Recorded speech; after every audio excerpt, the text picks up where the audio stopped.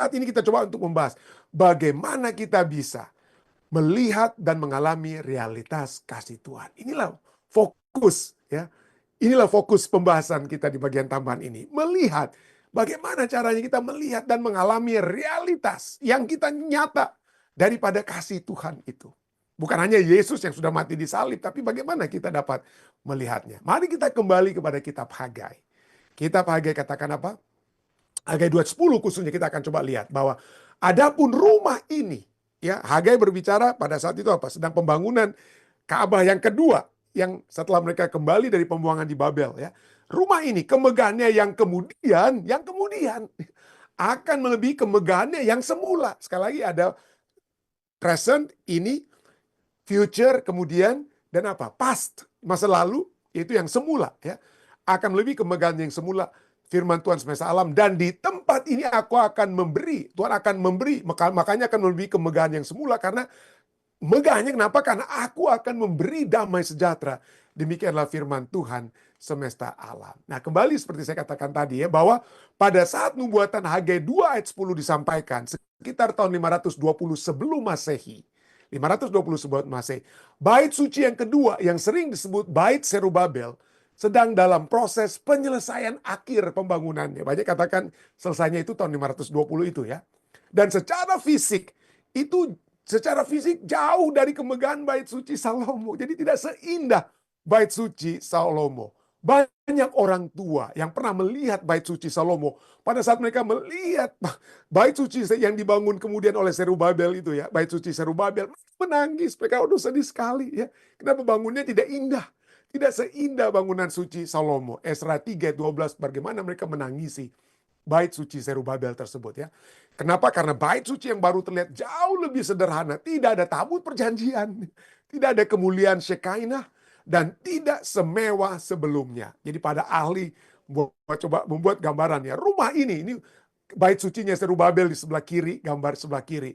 Dibandingkan dengan apa? Kemegahan semula. Yang di kanan itu adalah bait sucinya Salomo. Beda sekali ya. Beda sekali ya. Jadi itulah sebabnya banyak orang seperti kita lihat tadi menangis. Banyak orang yang menangis melihat bait suci. Terlebih daripada itu.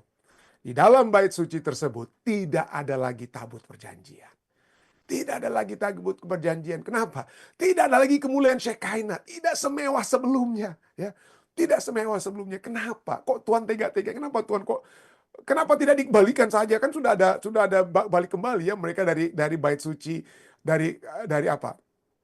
Pada saat mereka kembali dari Babylon itu, bukankah mereka sudah dengan kata lain sudah sedikit lebih bertobat ya, daripada waktu mereka dibuang ke penawanan di Babel? Kenapa Tuhan tidak yang disembunyikan, tabut perjanjian yang disembunyikan itu kenapa tidak dikembalikan? Ya, walaupun terus terang saja ya, orang-orang di Ethiopia ya, kalau Anda pergi ke Aksum, dari daerah utara Ethiopia ya, saya pernah ke tempat tersebut.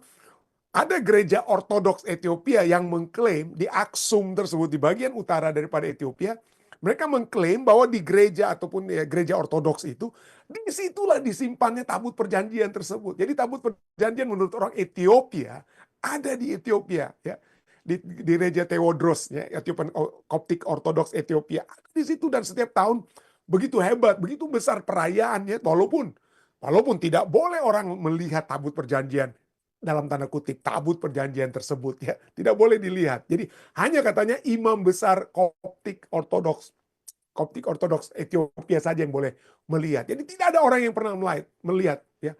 Tidak ada seorang imam-imam lain yang bisa melihat tabut perjanjian tersebut. Itulah legendanya ya. Itulah legendanya ada di Ethiopia. Anyway, tabut perjanjian itu sudah tidak ada lah. Kenapa? Kenapa Tuhan tidak kembalikan? Karena tabut perjanjian tersebut seringkali dijadikan apa ya? Dijadikan jimat. Ingat waktu Imam Eli, anak-anak Imam Eli, Hofni dan Fineas itu kan yang keras kepala sekali. Pada saat mereka berperang, mereka pikir apa? Waduh, kita melawan orang Filistin. Bagaimana kalau kita bawa tabut perjanjian tersebut? Jadi tabut perjanjian tersebut dibawa dengan pengharapan. Ini kan tabut perjanjian itu simbol daripada kehadiran Tuhan. Jadi kalau ada Tuhan, bangsa Israel tidak akan pernah apa? Tidak akan pernah kalah. Tapi apa yang terjadi kalau Anda membaca kitab Kisah 1 Samuel, kalah juga tetap mereka. Tabut perjanjian itu dibawa oleh orang Filistin. Walaupun pada saat ditaruh di kuil-kuil dewa-dewi orang Filistin, jatuh semua itu dewa-dewi orang Filistin. Kalau Anda membaca dalam kisah yang ditulis dalam kitab 1 Samuel ya. Jadi itulah, seringkali Ka'bah dan tabut perjanjian ini dianggap sebagai jimat. Jadi mereka tidak melihat Allah yang merupakan simbol daripada tabut perjanjian yang disimbolkan oleh kehadiran Allah itu dengan tak adanya tabut perjanjian. Mereka tidak peduli atau mereka tidak perlu pikirkan tentang Allah, tidak perlu memiliki hati yang mengarah kepada Allah, tidak. Yang penting ada jimat Allahnya itu sudah menandakan kita apa? Sudah menandakan kita Allah berada di pihak kita, dan ini tidak dikehendaki oleh Allah. Allah mau agar kehadirannya bukan lagi berada di tabut perjanjian, tetapi di dalam hati umat-umatnya yang tulus. Itu yang dikehendaki oleh Allah.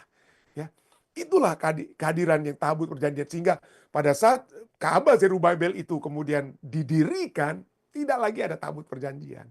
Tidak ada lagi tabut perjanjian tersebut. Tapi inilah ya, kemegahannya. Walaupun tidak tertandingi, rumah ini, kemegahannya yang kemudian katakan akan melebihi kemegahannya yang semula. Apakah ini merujuk pada saat Ka'bah Zerubabel ini ya, pada saat Raja Herodes dia menjadi raja ya, walaupun raja boneka yang diangkat oleh pemerintahan Romawi ya. Raja Herodes itu memperluas itu Ka'bah Zerubabel. Dia mencoba untuk membuat itu seindah seperti yang ada dalam kehendak dan bayangan orang-orang Yahudi di zaman Yesus. Raja Herodes bangun itu ya di tahun 20 ya. Dari tahun 20 sebelum Masehi, sebelum Yesus lahir, sudah dibangun kembali. Dan pada saat Yesus ya masuk Ka'bah, itu bukan lagi Ka'bah Zerubabel, tapi yang sudah dipugar, yang sudah diperluas, yang kemudian diperluas oleh Raja Herodes. Itulah Ka'bah tersebut yang disebut dengan bait sucinya Herodes. Dan ini disebutkan ya, bisa tuh setiap kali Yesus masuk ke dalam Ka'bah dan bicara tentang itu dalam Yohanes 2 ayat 14 sampai 17, Markus 15, itu semua berbicara tentang yang bait suci daripada Herodes ini. Tapi apakah ini yang disebutkan kemegahannya? Kemegahannya karena Herodes sudah memugar bait sucinya Zerubabel? Bukan ya. Bukan karena kenapa? Karena ini juga hancur ya pada tahun 70 AD. 70 AD ya, 90 tahun, kurang lebih 90 tahun setelah ia dipugar oleh Herodes, hancur juga ya. Kalau Anda pergi ke Yerusalem cuman ada puing-puingnya ya, temboknya saja ya yang menjadi tembok ratapan ya katakan. Jadi sudah hancur lagi. Jadi apa yang dikatakan dalam hal ini? Kenapa? Apa kemegahannya yang melebihi kemegahan yang semula yang seperti dinyatakan dalam Hagai 2 ayat Hagai 2 ayat 10 ini ya. Apa ya? Kenapa itu menjadi megah? Megahnya kenapa? Karena di tempat itu, ya, di tempat ini, ya dikatakan apa? Di tempat ini aku akan memberi damai sejahtera. Tidak dikatakan bahwa bukan tempat ini, bukan tempatnya yang menjadi apa? Damai sejahtera, bukan. Tapi di tempat ini aku akan memberi damai sejahtera. Jadi bukan Ka'bahnya itu yang merupakan damai sejahtera, tapi akan ada damai sejahtera yang akan apa? Berada di tempat tersebut. Dan siapa yang pernah memasuki tempat tersebut ya? Apa artinya ini? Siapa yang pernah memasuki? Apa artinya di tempat ini akan ada damai sejahtera Tuhan ya? Pemahamannya. Pertama, pemahaman Hagai 2:10 adalah pertama, bahwa itu adalah penggenapan kristologis, bukan Ka'bahnya yang megah, tetapi Kristus yang ada di dalam Ka'bah. Itulah yang apa? Yang merupakan inti yang sejati daripada Hagai 2 ayat 10 ya. Kemegahan yang dimaksud bukan emas atau arsitektur dari Ka'bah ataupun bait suci tersebut, tapi kehadiran Yesus Kristus yang nantinya akan hadir di bait suci yang diperluas oleh Herodes di waktu Yesus. Tidak heran. Dalam Maliaki 3 ayat 1, Maliaki menubuatkan apa? Tuhan yang kamu cari itu akan masuk ke baitnya. Masuk ke bait sucinya. Itu dia. Menunjukkan tentang siapa? Menunjukkan tentang Yesus Kristus. Apalagi? Yesus sendiri menyebut bait suci itu sebagai apa? Rumah Bapakku. Jangan kamu buat ini menjadi sarang penyamun. Dalam Yohanes 2 ayat 16. Jadi firman yang menjadi manusia.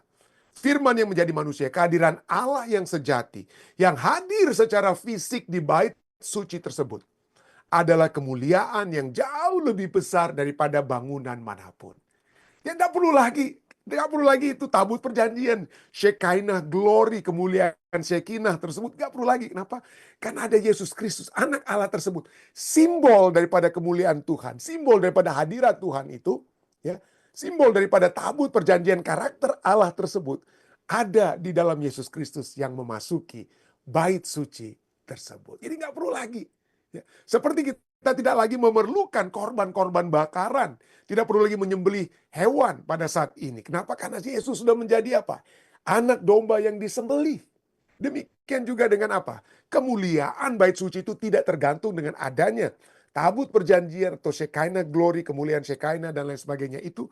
Karena Yesus yang mulia sendiri itu telah masuk atau menjadi bagian daripada Ka'bah tersebut. Jadi jauh lebih besar ya. Kemuliaan Yesus jauh lebih besar dari bangunan manapun. Yang berikutnya, pemahaman Hagai 2 ayat 10 juga adalah pemahaman eskatologis. Kenapa? Dalam Wahyu digambarkan apa? Yerusalem baru dikatakan tanpa bait suci. Kenapa? Kenapa tanpa bait suci? Wahyu 21 ayat 22 katakan, karena Allah, Tuhan yang Maha Kuasa dan anak domba itu adalah bait sucinya. Ya, pada saat Yesus mati di kayu salib, kita lihat bagaimana bait tirai yang memisahkan bait suci, bilik yang maha suci dan bilik yang suci tiba-tiba apa? Terbelah. Kenapa? Karena semua itu merujuk hanya kepada siapa? Kepada Yesus. Ya. Bait suci dibuat supaya kita dapat memiliki upacara di zaman perjanjian lama. Upacara demi upacara agar kita dapat diperdamaikan dengan Allah. Diperdamaikan dengan Allah. Tapi sekarang sudah nyata, bukan lagi diperdamaikan dengan menyembelih binatang. Tapi pada saat Yesus mati di kayu salib. Ini itu makna eskatologisnya itu dikatakan. Yerusalem baru itu tanpa bait suci. Karena Allah itulah Allah. Dan anak domba itu adalah bait sucinya. Yang ketiga, damai akan diberikan di sana. Katakan. Di ayat ini Allah berkata, dan di tempat ini aku akan memberi damai sejahtera. Aku akan memberi damai sejahtera. Kata Ibrani untuk damai adalah apa? Shalom. Kita sering dengar salam, bahasa Arabnya salam atau shalom ya. Shalom artinya apa? Itu berarti lebih dari sekedar tidak ada konflik. Ya, shalom itu damai, damai yang sering kali diterjemahkan damai ya. Itu bukan tidak ada konflik. It's not the absence of conflict, but the presence of Christ. Kita sering kali katakan demikian. Itu bukannya tidak adanya konflik, tapi kehadiran Kristus. Ya, damai. Artinya apa? Itu memiliki shalom itu memiliki arti keutuhan. Memiliki arti keutuhan. Memiliki arti pemulihan. Dan apa? Pendamaian. Akan ada pemulihan. Akan ada keutuhan. Akan ada pendamaian. Melalui kematian dan kebangkitan Kristus, bait suci menjadi simbol dari rencana penebusan Allah. Perdamaian orang berdosa kepada Allah. Ingat, tadi pelajaran sekolah sahabat kita katakan, ada tension, ada konflik. Bagaimana Allah yang suci ini dapat bertemu kembali dengan manusia yang tidak suci lagi karena dosa. Itu dapat disucikan. Kita dapat disucikan melalui pendamaian Yesus Kristus. Saat kita menerima kembali, saat kita menerima kasih karunia Allah, melalui kita menerima Yesus Kristus, ya, maka kita diperdamaikan. Dalam Efesus 2 ayat 14 Paulus berkata apa? Dalam Efesus 2. Mari kita baca ayat 12, ayat 13 dan 14. Tetapi sekarang di dalam Kristus Yesus, kamu yang dahulu jauh sudah menjadi dekat oleh darah Kristus. Ini pertama-tama bukan hanya berbicara tentang hubungan orang-orang Yahudi dengan non-Yahudi yang jauh satu sama lain, tapi juga berbicara kejauhan kita juga dengan Allah oleh sebab dosa-dosa kita ya. Tapi oleh sebab Kristus, darah Kristus, maka kita yang jauh dengan Allah dan jauh dari sesama menjadi apa? Menjadi dekat. Dan ayat 14. Karena dialah damai sejahtera kita yang telah mempersatukan kedua pihak dan yang telah merubuhkan tembok pemisah, yaitu perseteruan. Dialah damai sejahtera kita ya. Damai sejahtera itu bukan dari dunia, bukan dari siapapun terus terang ya. Bukan. Tidak ada sumber selain Allah gitu. Alkitab berbicara nubuatan tentang Yesus. Apa yang dikatakan tentang Yesus? Dalam Efesus dialah damai sejahtera kita. Kenapa di dalam nubuatan tentang Yesus dalam Yesaya dikatakan apa? Anak yang lahir itu dalam Yesaya 9 ayat 5 dan 6 katakan apa? Anak yang lahir ya akan dinamakan apa ya? Dia adalah lambang pemerintahan ada di atas bahunya Namanya disebutkan orang penasihat ajaib, Allah yang perkasa, Bapa yang kekal, dan apa dia? Raja damai. Raja damai yang besar kekuasaannya. Yesus adalah Raja damai. Dan pada saat dia datang sebagai Allah yang beserta dengan kita, Immanuel, ingat apa yang dikatakan oleh para malaikat kepada para gembala yang ada di padang. Dalam Lukas 2:14 dikatakan apa? Kemuliaan bagi Allah di tempat yang maha tinggi. Dan damai sejahtera di bumi di antara manusia yang bagaimana? Yang berkenan kepadanya. Ya, coba kita lihat ya. Damai sejahtera di bumi ini di mana yang akan terjadi? Kepada siapa itu akan terjadi? Damai sejahtera itu. Coba Anda perhatikan di sini. Kepada bangsa-bangsa yang ada di bumi? Tidak. Ya, tidak dikatakan kepada bangsa-bangsa di bumi. Hanya kepada manusia. Hanya kepada manusia. Damai sejahtera di bumi di antara apa? Bangsa-bangsa? Tidak. Bangsa-bangsa tidak akan pernah damai, saudara. Ayat ini katakan, damai sejahtera itu hanya di antara manusia. Tapi di antara manusia yang bagaimana? Ya, tidak semua manusia. Jadi kita lihat di sini bahwa damai yang Tuhan berikan itu, yang ada di bumi ini, tidak diberikan kepada bangsa-bangsa. Kenapa? Karena bangsa-bangsa tidak bisa berdamai. Ingat pelajaran kita, satu kerajaan dengan kerajaan yang lain itu akan saling berganti. Tidak ada satu kerajaan yang apa? Sampai kerajaan menjelang kedatangan Yesus yang kedua kali. Tidak ada. Tidak ada. Tidak akan ada perdamaian di antara bangsa-bangsa. Mohon maaf kalau saya jadi orang yang pesimis, saudara. Tapi ini kenyataan Alkitab. Bangsa berganti bangsa, ya. Tidak ada satu negara yang akan menjadi pemimpin dunia yang mendamaikan semua pihak dalam dunia ini. Tidak ada. Yang bisa berdamai adalah manusia. Tapi bukan semua manusia. Manusia yang bagaimana? Ayat ini katakan. Manusia yang berkenan kepadanya. Manusia yang berkenan kepada Allah. Jadi sekali lagi, kalau kita seringkali mendengar kata peace on earth, damai sejahtera di bumi, ya, kita seringkali saya mohon maaf, saya mau tanya dulu apakah saya kelihatan di sini ya. Oke, kembali. Jadi pada saat kita berbicara tentang damai sejahtera yang ada di bumi, mungkin ini adalah hanya satu tema ya, boleh dikatakan hanya satu tema yang mungkin salah kaprah yang seringkali kita katakan di mana? Yang ada di waktu masa hari Natalan gitu ya. Christmas. Kenapa? Karena kalau kita lihat dunia kita tidak akan pernah damai. Saat ini saja kita melihat bagaimana perang di Ukraine itu bukannya berkurang, tapi semakin apa? Semakin meningkat ya, escalating, semakin bertambah ya. Bukan hanya itu saja ya.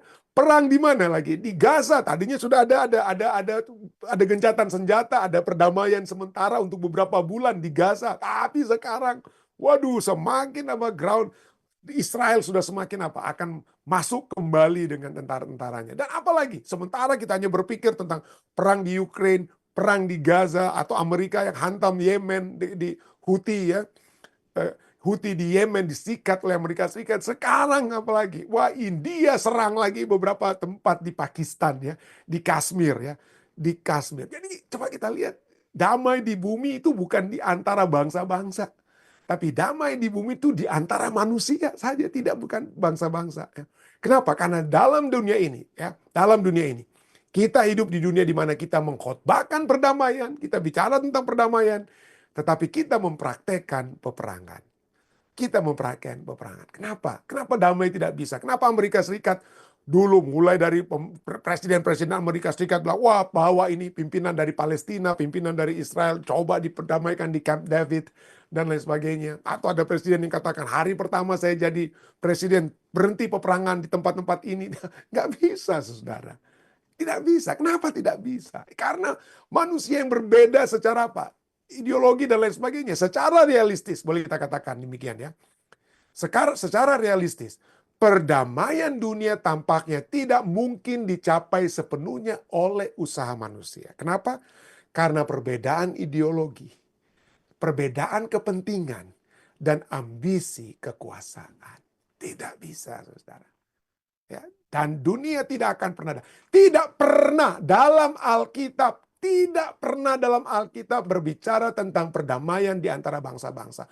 Alkitab bahkan katakan apa? Pada saat kamu berkata damai-damai, tapi disitulah kehancuran akan menimpa kita. Jadi jangan pernah berpikir dunia ini akan pernah damai. Tidak.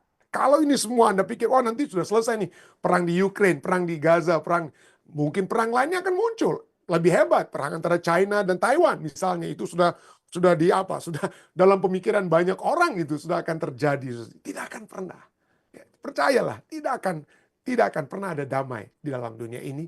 Karena ada perbedaan ideologi, perbedaan kepentingan, dan ambisi apa? Kekuasaan. Ya. Saya selalu katakan, saya pernah dalam apa ya? Kenapa seakan-akan banyak orang bertanya kepada saya, pendeta, kenapa kok Amerika ini kok untuk saat ini pemerintahan sekarang ini kok seperti dekat sekali dengan Rusia? Apa yang menyebabkan Amerika kok sepertinya lebih condong memilih kepada Rusia daripada sekutu-sekutunya? Teman-teman Amerika dulu seperti Kanada itu sepertinya sudah semakin dijauhkan oleh pemerintahan sekarang di Amerika. Saya katakan simple saja, saudara ya. Mungkin bukan simple, mungkin terlalu simplistik kalau saya katakan simple. Tapi ada kesamaan ideologi antara apa? Yang waktu lalu kita bahas tentang Christian nasionalisme, nasionalisme kekristenan yang sekarang mencoba untuk apa?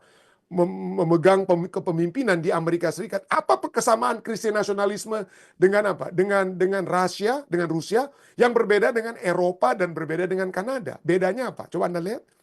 Ideologi konservatisme. Ideologi konservatif itu yang sekarang ingin ditegakkan oleh Christian nasionalisme di Amerika itu tidak sejalan dengan kaum liberal yang ada di Eropa, yang ada di Kanada. Siapa yang lebih konservatif, saudara? Coba lihat, jujur saja. Kalau Anda mau terbuka saja, lihat ideologi daripada Rusia saat ini. Sangat konservatif. Sangat konservatif. Dan ini sangat sejalan dengan apa? Sangat sejalan dengan apa? Dengan Christian nasionalisme. Jadi itulah ya. Jadi ini perbedaan Amerika yang tadinya bersekutu dengan Eropa, sekarang ideologinya sudah berbeda. Kenapa? Amerika sudah menjadi semakin apa? Konservatif, ya. Dengan ideologi konservatifnya itu lebih cocok dengan apa? Dengan Rusia. Anyway, ini bukan masalah politik saya mau bicara, tapi itulah satu pemahaman yang kita bisa lihat sekarang. Ini realitasnya. Itulah sebabnya dunia tidak akan bisa apa? Dunia tidak akan bisa bersatu. Itulah sebabnya Yakobus ini bukan hanya berbicara tentang manusia, tapi juga manusia yang menjadi pemimpin-pemimpin bangsa. Yakobus 4 ayat 1 dan 2 katakan apa? Dari manakah datangnya sengketa dan pertengkaran di antara kamu? Bukankah datangnya dari hawa nafsumu yang saling berjuang dalam tubuhmu?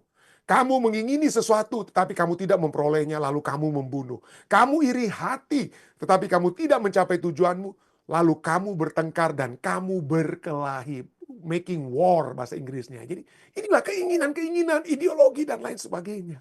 Ya, itulah sebabnya saya katakan, seringkali bukan seringkali, tapi pasti bangsa-bangsa tidak akan bisa bersatu.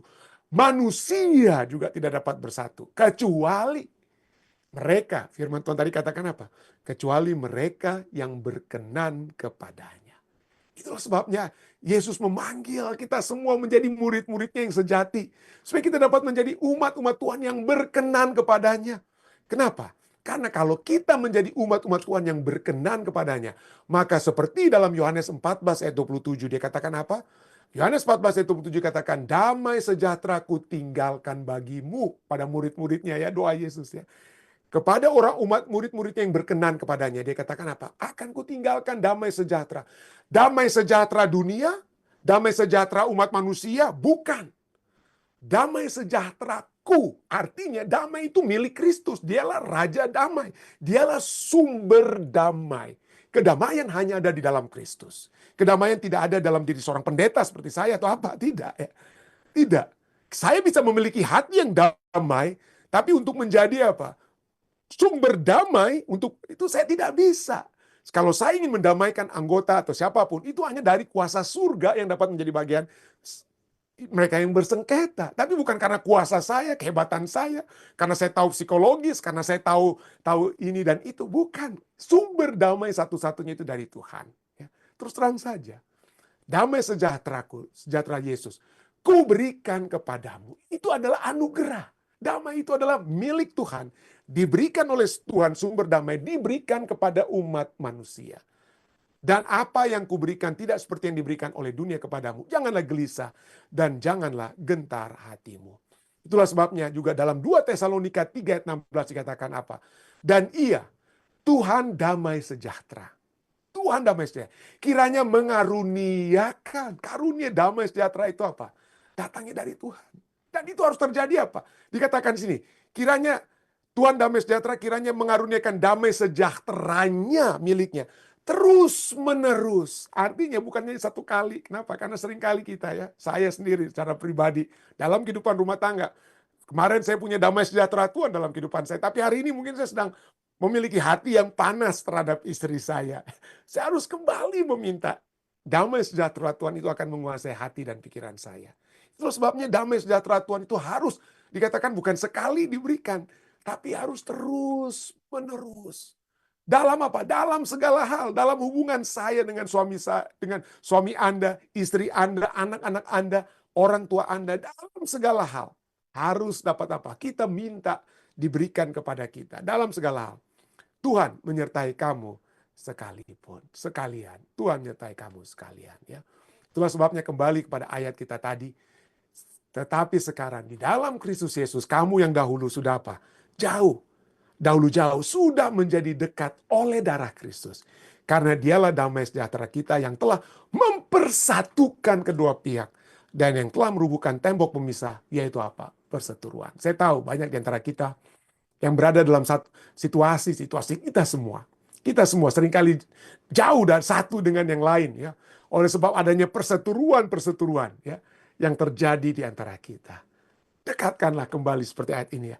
Dekatkanlah kembali diri kita kepada Tuhan. Minta supaya karunia damai sejahteranya itu dapat menjadi kita, menjadi bagian kita dan menyertai kita semua. Saya baik dalam nama Yesus. Amin.